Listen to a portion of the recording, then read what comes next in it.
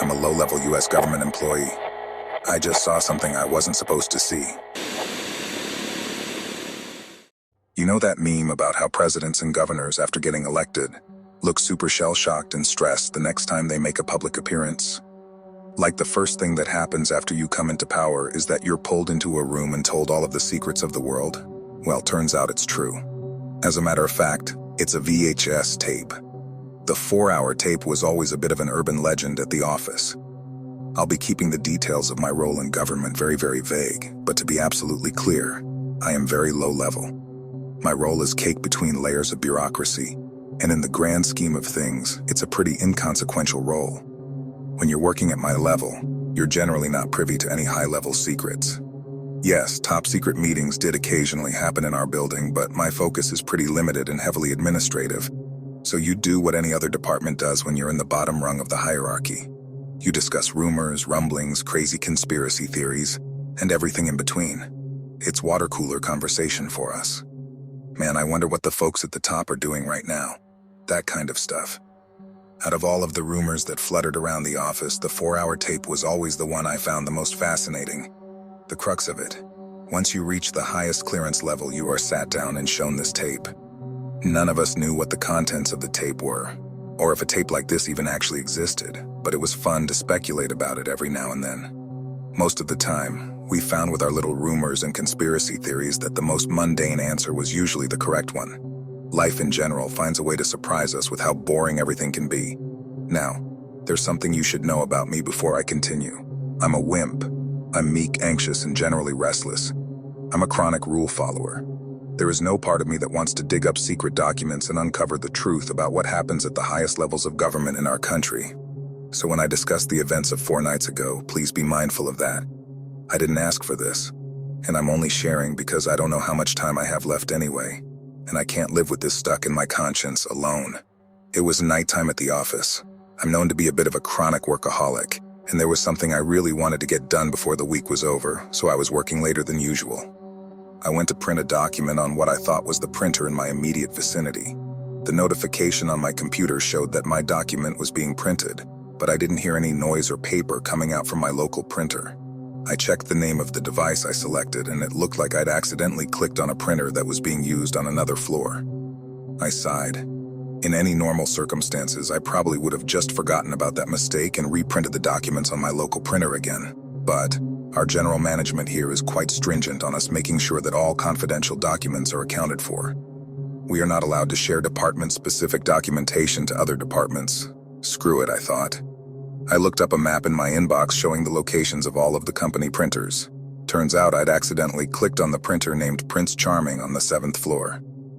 Funny name, off I went. I really should have just let it be. I got to the elevator and rode it up to the 7th floor. I emerged onto the mostly empty office area. In case you were wondering, the building I work in is huge, but I'd worked there long enough to know my way around it, so I knew the area surrounding the printer relatively well. I made my way through the hallways and eventually spotted the printer with my freshly printed papers minting it. I gave myself a mental pat on the back for continuing my lifelong streak of following the rules. As I went to grab the papers, I noticed some light buzz in a meeting room nearby. I looked through the window to see roughly 10 people hanging out around a snack table. In the room was a large, old-looking TV on a cart and rows of some of the fanciest folding chairs I'd ever seen, organized in a neat fashion. I didn't think much of it and started walking off until I heard the door open. "Hey, Mr. Boskowitz, right? Jesus, man, we were supposed to start 15 minutes ago. Get in here."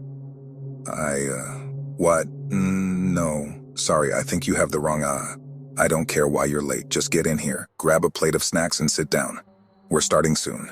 Put your phone in the bag, electronic watch in the bag, and anything else on your person that can be used to record audio or video," he responded hastily. Something about his sternness and tone short-circuited my brain. For guys like me, there is a third option beyond fight or flight. It's called the just go with it until it's over, also known as the captured rabbit strategy.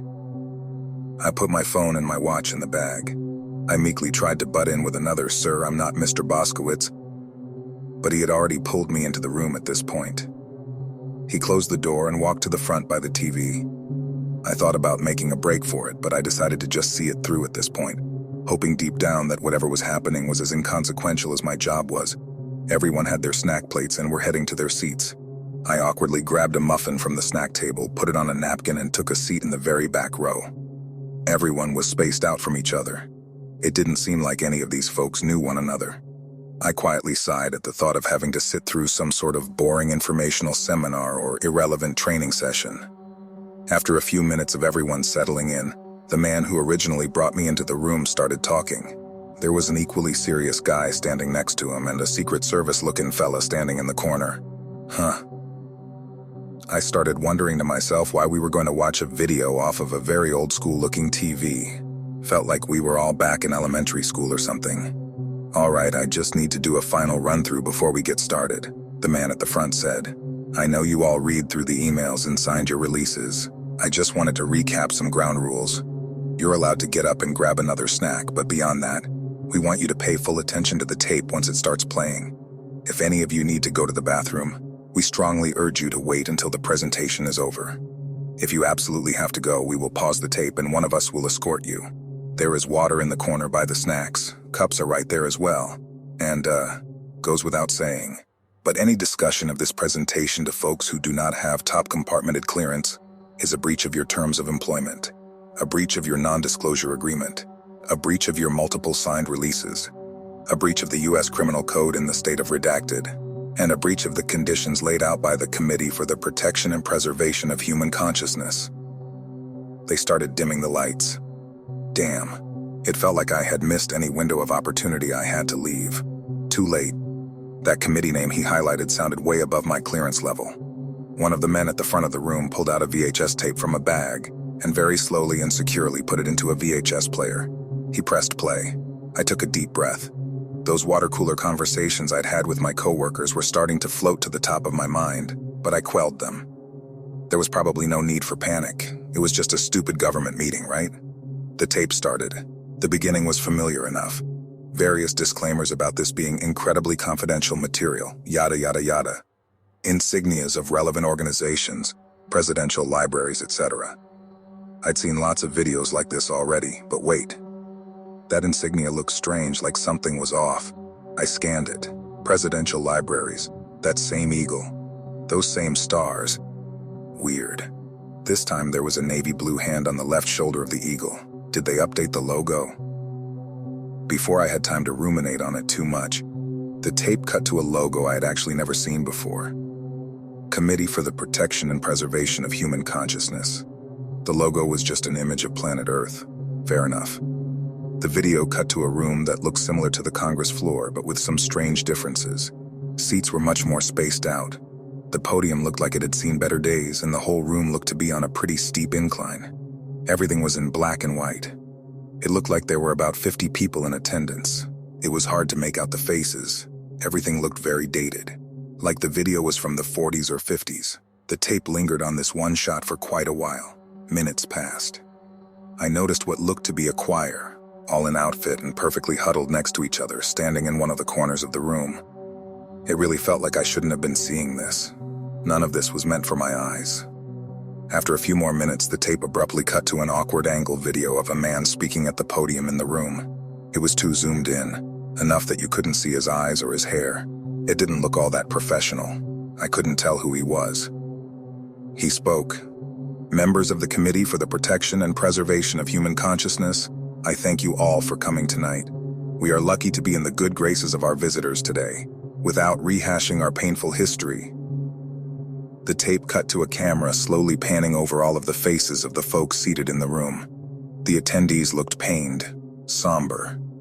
The man continued his speech as the camera continued panning over the committee. "We can acknowledge that the journey to this moment has been an arduous one. I am pleased to say that humanity, faced with a dire ultimatum, has come to a majority decision. To our esteemed guests from across the solar system, we are thankful for the opportunity you have given us to negotiate with you." I felt adrenaline. Damn, we had made contact with extraterrestrial life. This was the truth. Maybe, like the saying went, the truth would set me free. Before I outline the decision taken by humanity, I want to, from the bottom of my heart, thank the brilliant representatives from all of the nations of the world, who came together to ensure that this decision was taken with utmost responsibility, care, and appreciation for our human species. I am aware that this was not a unanimous decision. Shit, what did that mean? I felt the sweat on my brow. I felt nausea coming in. I awkwardly and slowly took a bite of the muffin. The tape returned to a now corrected angle of the speaker at the podium. His eyes were visible. They looked strained, like they'd seen multiple versions of hell. To the nations who still disagree, he continued, I thank you nonetheless for accepting the majority decision. May this moment, which will be held in secrecy throughout the rest of time, be appreciated as a critical milestone for human civilization. Tonight is not a victory. It is a somber moment. However, we were faced with two options: extinction or accepting the agreement. We made our choice, and I believe time will show that this was the right decision. What was this? I hereby announce that we accept the agreement provided by our special guests who have chosen to go by the name Redacted. The intergalactic species known as Redacted will allow humanity on planet Earth to continue to populate, grow, and innovate. In return, all governments of the world will honor the promise. He needed to spit it out. What the hell was this agreement? We will not be covering every element of the agreement in this session. I will, however, highlight the main points. At this point, the video showed the man at the podium looking down. He was reading off of something. For the first time, he looked nervous, scared. I saw some humanity in him. We honor the agreement that Redacted hold the right to visit planet Earth on a recurring basis.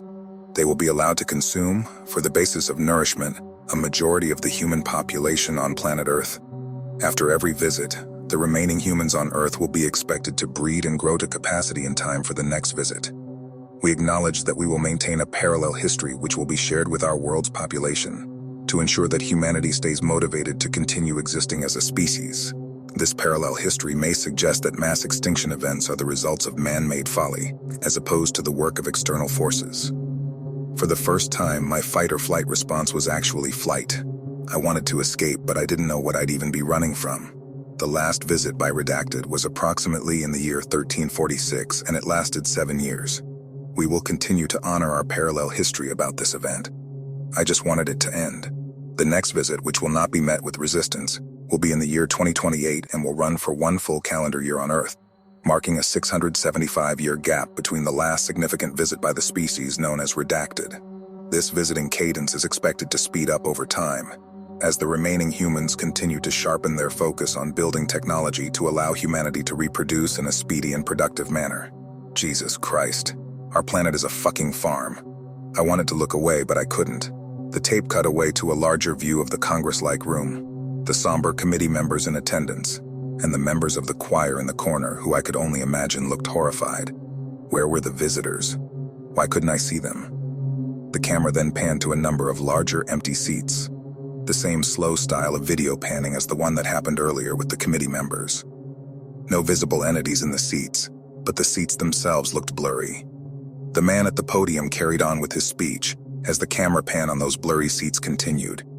We should acknowledge the privilege of knowing that there is indeed life in the cosmos, that extraterrestrial life has chosen to visit our planet, and that the cycle and balance provided by nature extends beyond the confines of planet Earth. Much like humanity has found its place on Earth in the food chain, we acknowledge our place in the divine order of things when encountered with beings of greater power, understanding, cognitive function, and evolutionary progression. Fucking hell, I shouldn't have stayed late at work. I should have made my identity clear from the very beginning. I knew that I wasn't supposed to see this. And fuck, it really looked like the speaker was about to cry. While the process of consumption, i.e., is a painful and lengthy one, we respect the trade-off that comes with the preservation of our species. We also acknowledge, as part of the promise, that substitutes for human life in the form of clones, should we discover that technology in the future or other living species, will never function as viable alternatives for nourishment, the speaker continued. I didn't need to know this. This whole thing was way too specific for me. Our final major acknowledgement, as part of this agreement, is that we accept Redacted as the Great Almighty, as the entities we will now refer to as God. God as an interstellar species has revealed itself to us, and thus the continued existence of Redacted is now the true priority of the people of our planet. We are blessed to play a part in the continuation of God. In God we trust. Amen. The tape then cut to footage of the choir as the speaker continued. We bless our visitors with this gift. A performance of the national anthems of all major nations of the world will now commence. Audio of a very loud backing track of the Star-Spangled Banner started playing from the video as my stomach sank. The tape showed footage of the choir singing on top of the track. Not sure if it was because they were scared for their lives, but I could really tell they were singing their hearts out. As they sang, the camera continued to pan over the blurry seats. They finished singing the anthem, and suddenly, the tape fast-forwarded fucking hell. I'd forgotten I was sitting in a room. I disengaged from the video for a brief moment. I had mentally returned to the present day. This was our world. This was our fucking lives. The men at the front continued fast-forwarding through the tape. It looked like they were skipping through performances of the other national anthems. The fast-forwarding went on for a while. Every small while it looked like a new choir group was entering the Congress-like room to sing a different national anthem. On and on the tape went. I had to fight the urge to pass out. One of the men at the front of our room standing next to the TV started speaking up. "We are legally obligated to get to the end of this tape, but you don't need to look at the rest of it. Please feel free to look down or close your eyes or grab a snack," he said. I noticed the others seated in the room were taking that advice. Most of them decided to look straight down. For some weird reason, I couldn't look away. The fast-forwarding progressed. On the tape, it was yet another choir group joining to perform an anthem. And then another, and then another. It looked like we were near the end. The fast-forwarding now showed a conversation between the man at the podium and another man who was whispering in his ear. The man at the podium was vehemently shaking his head. The other man continued whispering. This continued on. Eventually, there was a quick moment of the man at the podium begrudgingly nodding. The last few fast-forwarded moments of the tape remain burned in my memory to this very moment. They were pandemonium. The attendees were sitting in their chairs, frozen, shivering, crying. The people in the various choirs were running around the rooms in fast motion. As blurry spots started covering them, and ungodly things started happening to them. Fuck. Why didn't I look away? If ever there was a fucking time to follow orders. It felt like the whole thing went on for longer than it should have. Finally, the men at the front of our room stopped the fast-forwarding. They pressed play on the tape to cover the very final moment. In the tape, the man at the podium, clearly emotional, spoke his final line. "The agreement has been ratified by God. Thank you all for attending." The final shot of the video is the full room. The committee members in their seats, shivering and crying. The dismantled and bloodied choir members strewn about the room. The blurry seats with blood smeared on them. The video then cut away. Back to that same insignia on a black backdrop. The presidential libraries, that eagle. Those stars, the navy blue hand on the wing of the eagle. The lights in our room turned on. The rest of the night was a blur. The men at the front of the room told us it was best for us to sit for an hour to digest the information. No discussion about the video was allowed to take place. When we were ready to stand, we were allowed to leave and go home. They gave us some pointers on how to accept the information over the coming weeks. Things like taking long walks, exercising, watching a sitcom, etc. I wasn't worried about them realizing that I wasn't supposed to be there. If anything, I felt a strange camaraderie with everyone in the room. We were all truly in the same boat. As soon as I left the building and got in my car, I just drove. For as long as I could. I would stop for gas, then I'd keep driving. I'd stop again. Then I'd keep driving. Again. And again. I'm holed up in a hotel now. I'm just glad I could get this off my chest. The funny thing is, all I can think about is the length of that stupid tape. While I can't confirm, I feel like if it were played straight through without fast-forwarding, it would have only been 3 hours. I wonder if the 4-hour tape rumor came from the fact that we all needed that extra hour to digest the information. And now you're probably wondering, why don't I name the species that is going to spell humanity's doom throughout the rest of time? Why am I calling them redacted? Well, as the self-appointed leader of the Committee for the Acknowledgement that we should have just chosen extinction, I don't feel the need to honor our captors by calling them by their name. If I don't see you again, I appreciate the water cooler conversation.